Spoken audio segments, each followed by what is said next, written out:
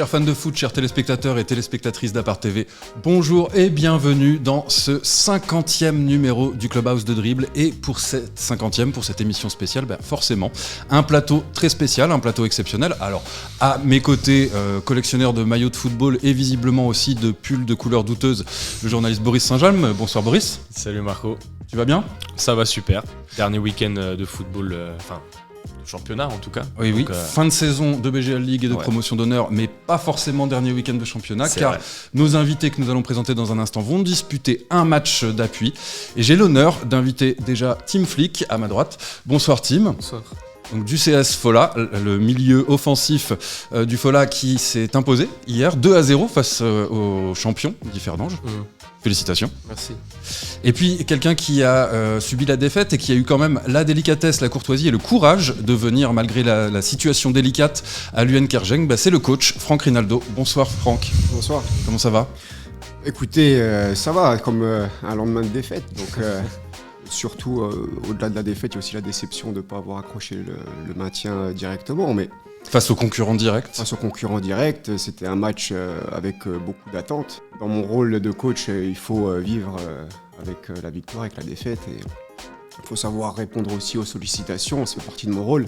Même quand le ciel n'est pas limpide et qu'il y a quelques turbulences, ça fait partie de chaque voyage. Donc voilà, on est ici, on respecte les rôles et les engagements. C'est tout à votre honneur en tout cas, parce qu'effectivement, que ce soit les joueurs et les coachs, ils préfèrent être invités après une victoire. Au sommaire aujourd'hui, nous allons voir évidemment les résultats et le classement final de la BGL League et de la promotion d'honneur. Avec nos invités, nous reviendrons sur ces barrages qui auront lieu vendredi et dimanche. Nous parlerons évidemment d'Europe et de relégation. Un petit point sur la Coupe des Dames, c'est tout ça, le Clubhouse de Dribble.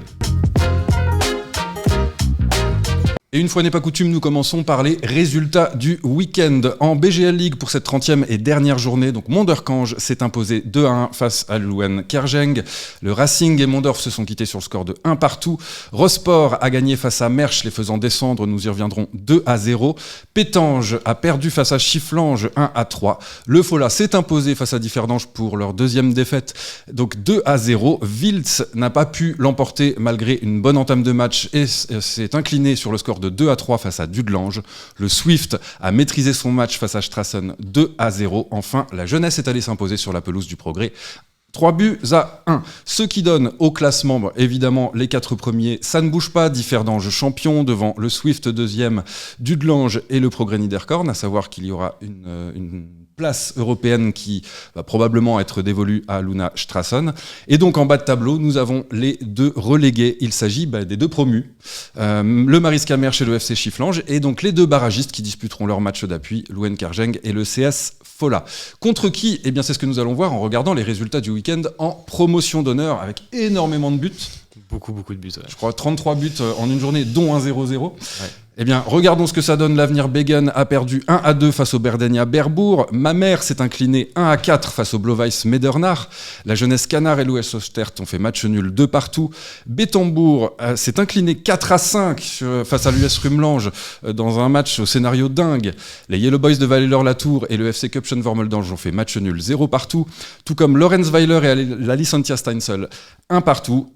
Etelbruck a infligé une claque à Rodange 6-0. Enfin, Grevenmacher et Valferdange 2 partout. Rodange, avec cette lourde défaite, voit s'échapper le titre qui revient donc en promotion d'honneur au SC Betambourg. Les 2 barragistes seront donc l'US Rumlange et l'US Ostert. En bas de tableau, c'est Grevenmacher et le Blovijs Medernach qui ferment la marche et vont donc être relégués en Division 1. Les barragistes, pour se maintenir en PH, seront Lorenzweiler et les Yellow Boys de Valleleur-Latour. Justement, revenons à ces barrages, puisque nous avons, le tirage au sort a eu lieu tard hier soir, nous avons les dates et les confrontations donc, de ces matchs d'appui. Il s'agit de Kerjeng-Ostert qui aura lieu vendredi à 19h30, sur un terrain qui reste encore à définir. Et le Fola qui va affronter Rumlange dimanche à 19h. Alors, Tim, je vais d'abord m'adresser à toi. Le Fola, donc, au bout du bout, est allé accrocher ce maintien. Plus personne n'y croyait. Je rappelle que vous étiez dernier pendant très longtemps, jusqu'à 5 journées avant la fin. Et puis ensuite, il y a eu un espoir. Alors, ce réveil, est-ce qu'il n'a pas eu lieu un petit peu tard ? Oui, C'est un peu tard, oui, mais je crois qu'on a montré déjà beaucoup de fois qu'on peut toujours revenir. Même l'année précédente, on a montré que vraiment tard, on peut gagner des matchs. Et aussi dans les barrages, on a gagné 2 fois, on a marqué tard. Là, on a aussi contre Mersch, Chifflange, on a marqué tard contre beaucoup d'équipes, contre Rosport. Toi, particulièrement, tu aimes bien marquer tard, dans le temps additionnel. C'est le meilleur. C'est effectivement. Justement, je disais que plus personne n'y croyait. Enfin, il y en a un qui y a toujours cru, mais j'imagine qu'il a réussi à vous insuffler ce relent d'espoir. C'est le coach Stefano Bensi. Comment est-ce qu'il a réussi à y croire contre vents et marées alors que tout semblait perdu d'avance ? Oui, il a toujours cru en nous. Je crois il connaît la division, il connaît les matchs. Il savait qu'on pourrait gagner contre Differdange, même si c'était difficile, parce qu'ils étaient champions, nous on était tout en bas. Et comment est-ce que vous expliquez la très lourde défaite, 6-0 face à Mondorf la semaine dernière, qui suivait une victoire face à Kerjeng, si je ne m'abuse, et qui a précédé donc la victoire face à Differdange ? Comment est-ce qu'on explique ce faux-là en fait à 2 vitesses, avec ces ascenseurs émotionnels ? Je crois qu'on avait beaucoup de fois qu'on a gagné des matchs, et après les matchs prochains, on a perdu vraiment de façon 4-0, 6-0. Parce que normalement, si une équipe gagne, ils sont en confiance. Nous, c'est un peu différemment. Si on gagne, peut-être on a un peu trop de confiance, je sais pas. Alors ça s'explique également peut-être par un atout qui peut aussi être un inconvénient pour le Fola, on l'a répété suffisamment, c'est la jeunesse de l'effectif. C'est un choix réel du coach qui nous a dit qu'il prenait le parti de mettre en valeur et le centre de formation et la jeunesse au Fola, avec notamment, je crois, lors du match contre Kerjeng, 11 premières licences. Hier encore sur la feuille de match, il y en avait 11 dont 6 titulaires. Alors toi, Tim Flick, tu en es un exemple, tu as 18 ans, formé par Norden, mais surtout tu as fait tes armes à Francfort. T'es arrivé cet été donc au Fola et surtout tu es international espoir. T'as joué pour le Luxembourg en U19 et U21. La jeunesse pour toi du Fola, c'est un atout ou un désavantage ? Non, c'est un avantage, je crois. Beaucoup de matchs, on a gagné plutôt avec des jeunes qu'avec des plus âgés. Mais je crois même pas juste Fola. Juste dans le foot, il y a beaucoup plus de jeunes qui gagnent des matchs. Il y a vraiment un changement maintenant, je crois. Même en BGL, beaucoup d'équipes jouent avec des jeunes, comme le Racing et Pétange aussi. Et oui, je crois nous on fait l'exemple. Même dans des matchs les plus serrés, on joue avec des jeunes et même les jeunes décident les matchs, donc je crois que c'est un avantage. C'est un avantage effectivement, et puis je pense que ça peut apporter un surplus de grinta, en tout cas c'est ce qu'on a vu sur le terrain hier, face à des Differdangeois qui n'avaient plus rien à jouer, qui avaient sans doute la tête ailleurs, mais effectivement cette jeunesse on la voit dans l'intensité par rapport au duel, ça c'est quelque chose que d'autres équipes ont peut-être moins cette facilité de vouloir se montrer et de tout donner en 90 minutes. Après je crois que c'est aussi ça, ce qui explique les matchs qu'on perd 6-0. C'est peut-être l'expérience qui nous manque. Mais après, oui, on arrivait toujours à revenir. Il y avait toujours des jeunes qui ont marqué et qui étaient forts. Même hier, avec Danny et Brandon qui n'ont pas toujours joué. Brandon, c'était son premier match, je crois, à être titulaire. Oui. Directement contre le champion, il a bien fait. Donc. Pour revenir là-dessus aussi, sur le fait que l'avoir des jeunes, c'est un avantage, surtout avoir des jeunes du cru, formés au club, qui du coup, dans une saison où tu sais que tu as des difficultés, tu te bats depuis le début de l'année, tu sais que tu vas lutter pour ton maintien jusqu'au bout. Qui ont eu leur maillot, en fait. Avoir des joueurs qui savent ce que ça représente, le maillot du Fola. Forcément, ils ont peut-être aussi ce petit surplus de motivation que d'autres joueurs qui sont pas forcément au fait ou pour qui ça parle un peu moins auraient pas forcément, quoi. Donc je pense que ça joue aussi ce côté vraiment culture club qui est assez fort au Fola, quoi. Et puis alors il y a un autre avantage, c'est que le coach Stefano Bensi a déjà vécu un barrage l'année dernière, un barrage qu'il avait gagné face à la Jeunesse Canard, et à l'époque l'entraîneur de la Jeunesse Canard, c'était vous, Franck Rinaldo, donc l'entraîneur de l'UN Kerjeng. Alors c'est un avantage pour eux parce qu'ils ont vécu un barrage et ils l'ont gagné, mais vous aussi vous avez vécu un barrage avec la Jeunesse Canard. Est-ce que ça vous permet d'appréhender le match qui se profile face à Ostert avec davantage d'expérience? C'est certain. C'est mon 3e barrage consécutif, en réalité. Parce qu'avant Canache, j'avais remporté un barrage pour la montée avec le Red Star Merle, de la 4e à la 3e division nationale. Je suis maintenant à faire face à ce 3e barrage. J'aurais préféré rester à 2. Maintenant, L'expérience du barrage, il est toujours parce que c'est une ambiance particulière, c'est une pression particulière, c'est aussi une programmation qui change un peu. Je l'ai connu, mais la majorité de mon effectif aussi l'a connu la saison passée, mais par la victoire. Donc évidemment que toutes les expériences passées aident dans ce genre de préparation. Alors effectivement, Kerjeng qui s'était déjà maintenu l'an passé en l'emportant face à Bettembourg dans le match d'appui. Alors Kerjeng, c'est un effectif qui a de l'expérience. C'est un effectif qui, sur le papier, et pour avoir assisté à certains de leurs matchs, est de qualité. Pourtant, Kerjeng, c'est une équipe qui a montré 2 visages au cours de cette saison. De l'expérience, de la qualité, c'est vrai, mais on peut aussi revenir sur les points que vous avez cités précédemment. Il y a aussi de la jeunesse. On a 6 joueurs 2005 qui ont gagné la Coupe du Prince la saison passée. On a aussi énormément de premières licences. Je crois qu'on tique beaucoup de box dans la composition d'un effectif comme on peut l'avoir. Maintenant, 2 visages. On a montré 2 visages, mais au final, ne serait-ce pas l'unique visage que nous avons. Parfois bon, parfois un peu moins bon. On peut voir tout ça dans les chiffres aussi. Quand vous regardez le classement dans le détail et le nombre de points qu'on marque. Et on est, face à ça, la moins bonne attaque du championnat. Oui. Donc ça, c'est ces 2 aspects qui aussi montrent nos 2 visages. Donc on a été plutôt performant dans l'animation défensive. Et c'est certainement ça aussi qui nous permet d'être barragiste, parce que sans cette animation défensive, sans cette solidité qu'on a réussi à trouver sur plusieurs matchs, on a 6 clean sheets cette saison. Donc l'animation défensive, elle commence par les attaquants. Je crois que nos attaquants, ils ont fourni un travail formidable sur ce plan-là. Et voilà, ça c'est un point sur lequel on doit s'appuyer pour ce genre de match et ce genre de certitude. Maintenant, l'animation offensive, elle nous fait un peu défaut. Comme l'animation défensive, elle commence des attaquants, l'animation offensive, elle commence depuis le gardien. Bien sûr. Donc on va se dire qu'à partir de là, il y a beaucoup de points, disons, qui ont été à travailler, qui sont toujours à améliorer, et on est conscient de ça. Donc ça fait partie de notre identité, de savoir bien défendre par moment et d'avoir des difficultés, mais dans l'animation offensive. Mais on a des joueurs qui ont la conscience de leur qualité et de leur manque, collectivement aussi. Donc c'est par cette intelligence et cette conscience-là qu'on arrivera à avancer dans ces derniers rendez-vous, disons. Oui. Voilà. Vous avez débuté la saison dans le championnat de manière catastrophique. Les 7 premiers matchs vous ont vu prendre extrêmement peu de points. Et puis ensuite, vous avez corrigé effectivement l'animation défensive. J'ai été surpris dès le départ de la capacité à intégrer et surtout à mettre les choses en place au niveau tactique. Donc la constance, vous savez, la saison elle est difficile quand vous jouez le maintien. C'est psychologiquement compliqué, c'est physiquement très long. On a passé 6 journées seulement sur 30 en dehors des 2 zones. Oui. Donc ça veut dire que 80% du temps, on était soit relégable, soit barragiste. Je reviens aussi sur le fait qu'on arrive sur une fin de saison qui a été longue et éprouvante pour nous.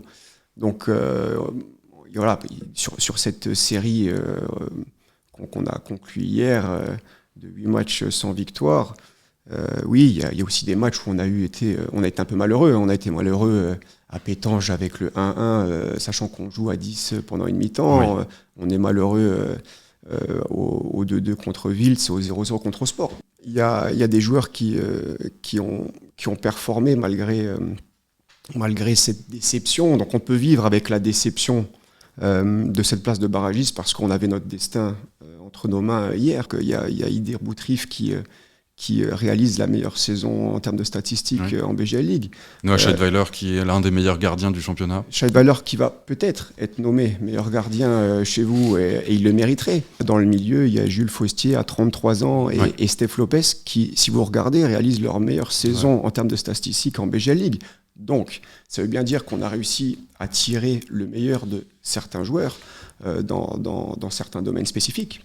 Alors vous aviez votre destin entre les mains quand même hier face à Monderkange. Qu'est-ce qui a fait la différence selon vous ? Un but en plus.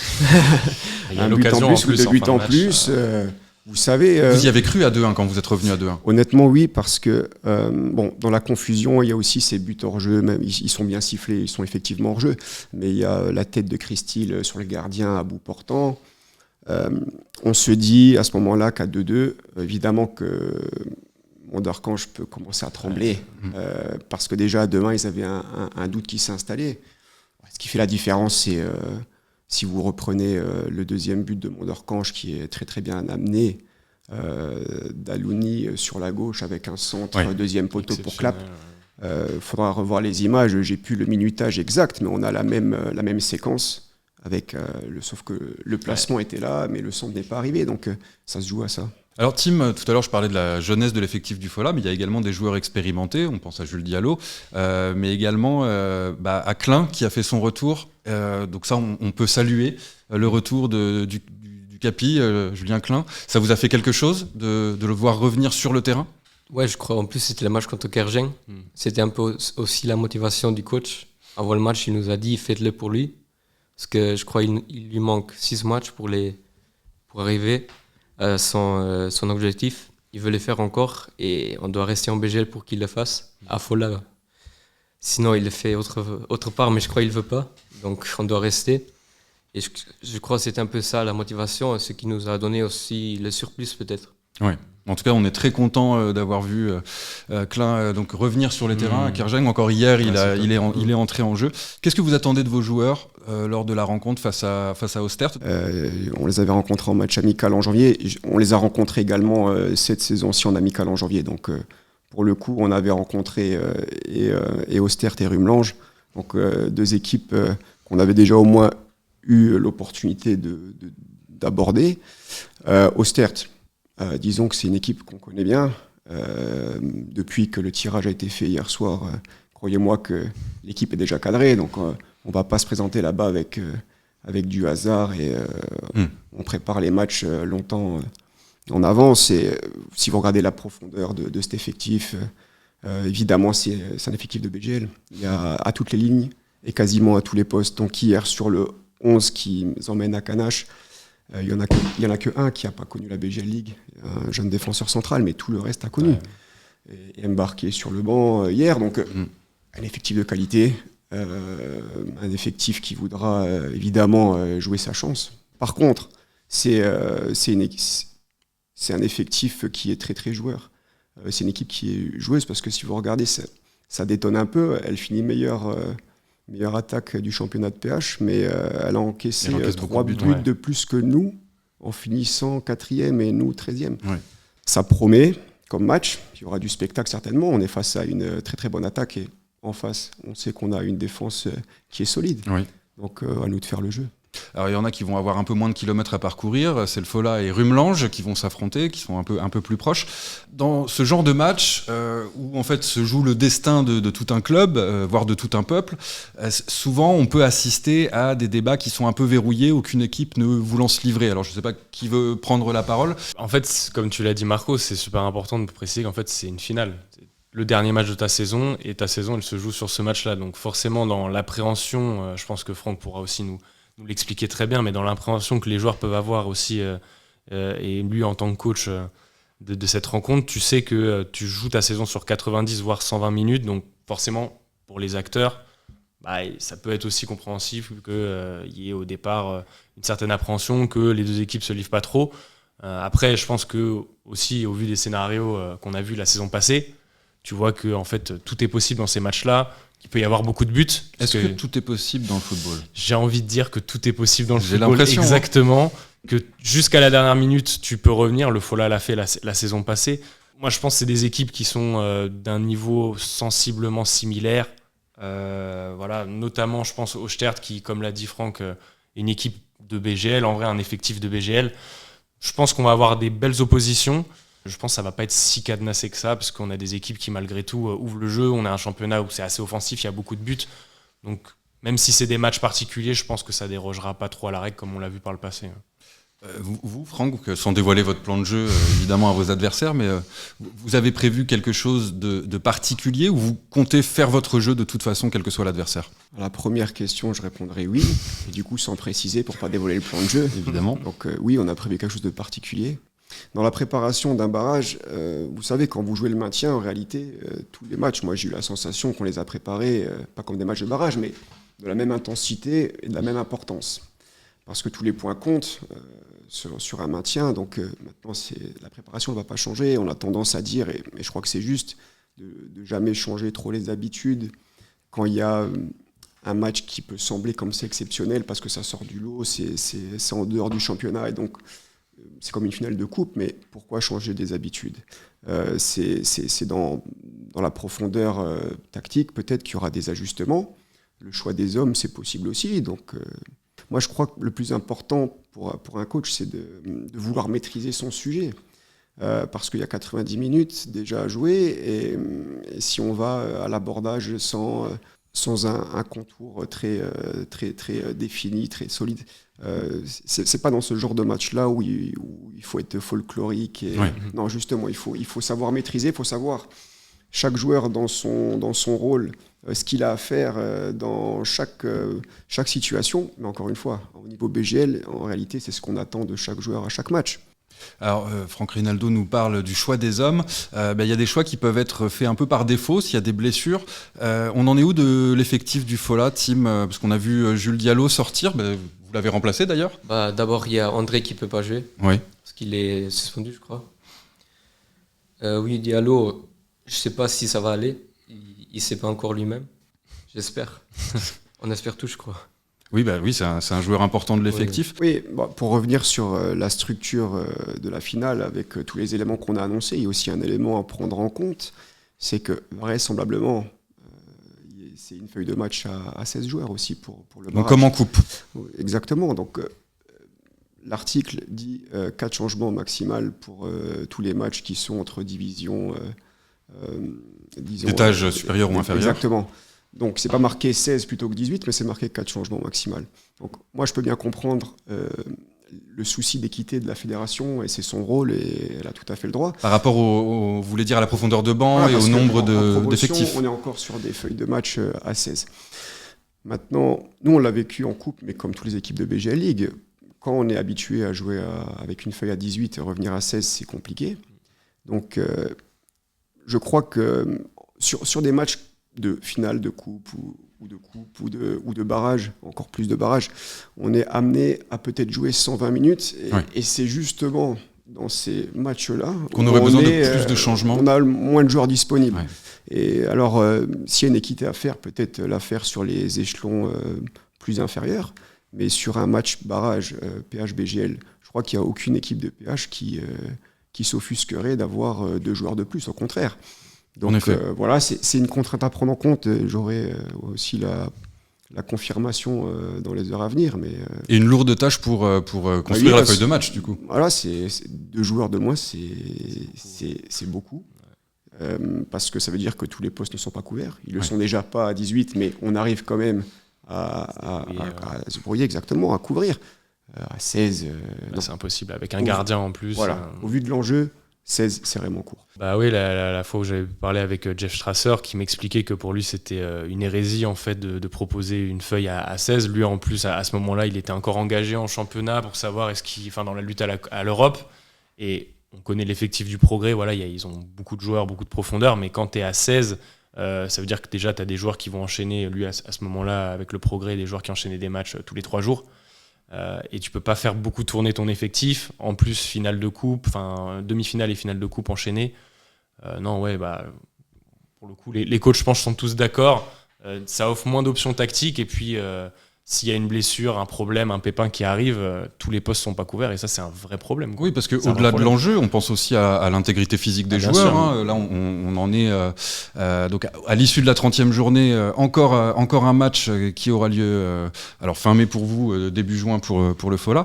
Les organismes sont mis à rude épreuve. Hein. Oui, mais il y a des solutions intermédiaires. Hein. Si on veut pas dire c'est oui ou non, il y a quand même quelque chose au milieu. Donc on peut se dire pourquoi pas mettre à 18 seulement les barrages BGL-PH, parce qu'il y a un niveau qui connaît que ça. Et sur la Coupe de Luxembourg, disons, on peut commencer les feuilles à 18 à partir des quarts ou des huitièmes. Pourquoi on ne pourrait pas faire ça ? C'est une idée, hein. Je la propose. Voilà, le message est passé, on fait appel à la fédération Et puis il y a également des projets de jeu, comme le disait Franck, essayer d'avoir peut-être une idée à mettre en place. C'est ce qu'ont voulu faire les deux équipes qui ont disputé la finale de la Coupe des Dames. C'était également ce week-end. Donc le Racing a battu le SCL 3-0. C'était un très beau match auquel assister, avec énormément d'ambiance, des spectateurs du Nord qui sont venus en masse. Et puis peut-être on a un premier élément de réponse par rapport à ces matchs de finale ou de barrage, parce qu'elle a joué de manière décomplexée en essayant d'y aller de manière, alors j'aurais pas dit folklorique, Franck, mais peut-être un peu naïve, et s'est fait punir assez rapidement par un Racing qui est clinique et comme d'habitude avec une Coraline Corr qui a joué un jeu exceptionnel, mais toutes ses coéquipières d'ailleurs. Donc voilà, on a déjà des premiers éléments peut-être à prendre en compte pour appréhender ces matchs de barrage. Donc je vous rappelle que ces matchs auront lieu donc ce vendredi pour Kergeng-Ostert à 19h30 et ce dimanche pour Folla-Rumelange à 19h. Il y aura d'autres matchs de barrage également cette semaine, des matchs de maintien ou de promotion en PH, donc contre la Division 1. Lorenzweiler affrontera Luxembourg City jeudi à 19h30 et les Yellow Boys de Weiler-Latour vont vendre chèrement leur peau face à l'US Foylen samedi à 17h. Alors on revient un instant sur la BGL League, mais avant, une petite page de pub.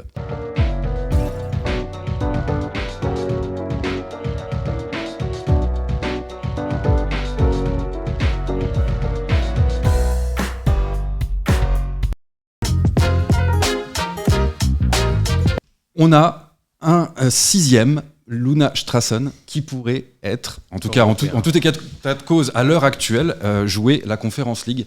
Alors déjà, on ne va pas reparler du coup de tonnerre de l'éviction du Swift, de la jeunesse, de Pétange et de Chifflange des licences UEFA.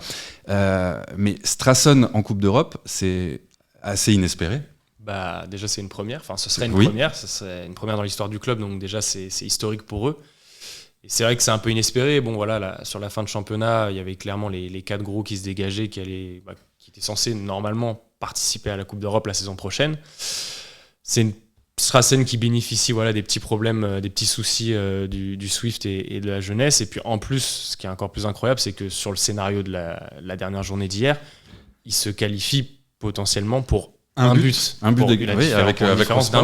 avec Rosport qui a fait une magnifique deuxième partie de saison. Qui a fait une superbe deuxième partie de saison, à qui il manque juste un but pour passer devant Strassen. Donc scénario totalement dingue hier, que ce soit en bas de classement ou haut de classement, on a eu vraiment droit à une dernière journée totalement folle. Ouais.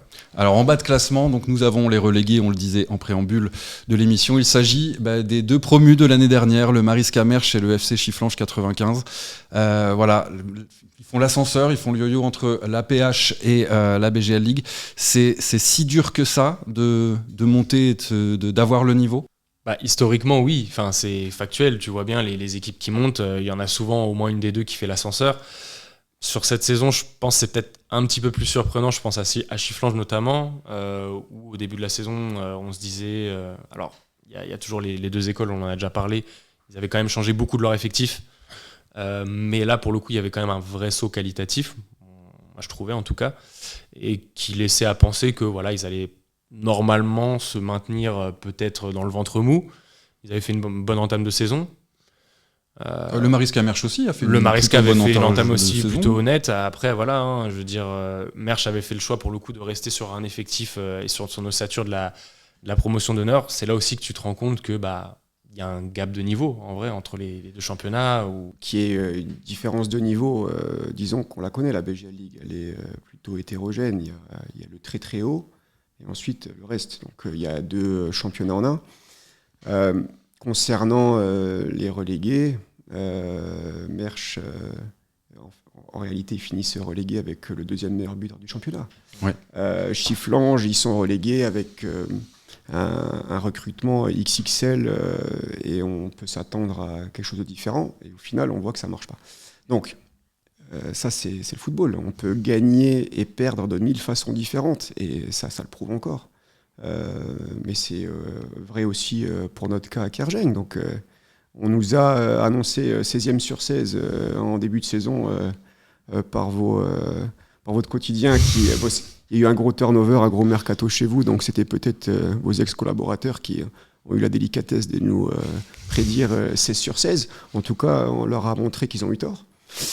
Et on leur a montré aussi à d'autres, après 3 journées qu'on nous avait enterrés, ou de croire, après 2 tiers du championnat, qu'il serait utopique de se sauver sans barrage. On a prouvé que c'était absolument pas utopique, parce que hier on était encore pas passé loin. Ouais. Donc, in fine, avec tout ce qu'on peut penser, que ça soit dans notre cas à nous ou des concurrents, mais vrai aussi pour le Fola. Le Fola, qui pensait qu'ils allaient attraper cette place de barragiste. Donc, faut jamais rester sur des concepts du passé ou des idées trop fermées. Il y a plein de choses à faire, il y a plein de façons de gagner, plein de façons de perdre.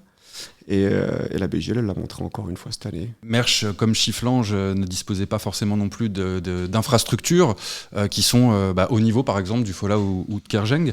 Pour les nouveaux promus, c'est-à-dire Bettembourg et Redange, il faudra également réfléchir à ça.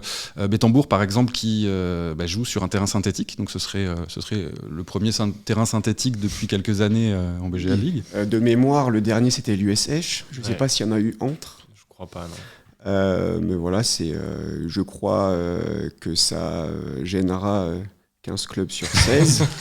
Il n'y a que Bettembourg qui devrait être content de garder son synthétique. Il y aura Mais qui est à la recherche d'un terrain en herbe pour pouvoir s'entraîner pour les confrontations à l'extérieur. Oui, bonne chance à eux. Après, je préfère un terrain synthétique que Chifflange, peut-être. Okay. Oui. Une mauvaise pelouse, quoi. Ouais. En hiver. Bon, en tout cas, Bettembourg et Redange donc feront partie de la BGL League l'année prochaine. Nous souhaitons à Kerjeng et Fola également de se maintenir. Merci beaucoup, messieurs, d'avoir accepté mon invitation.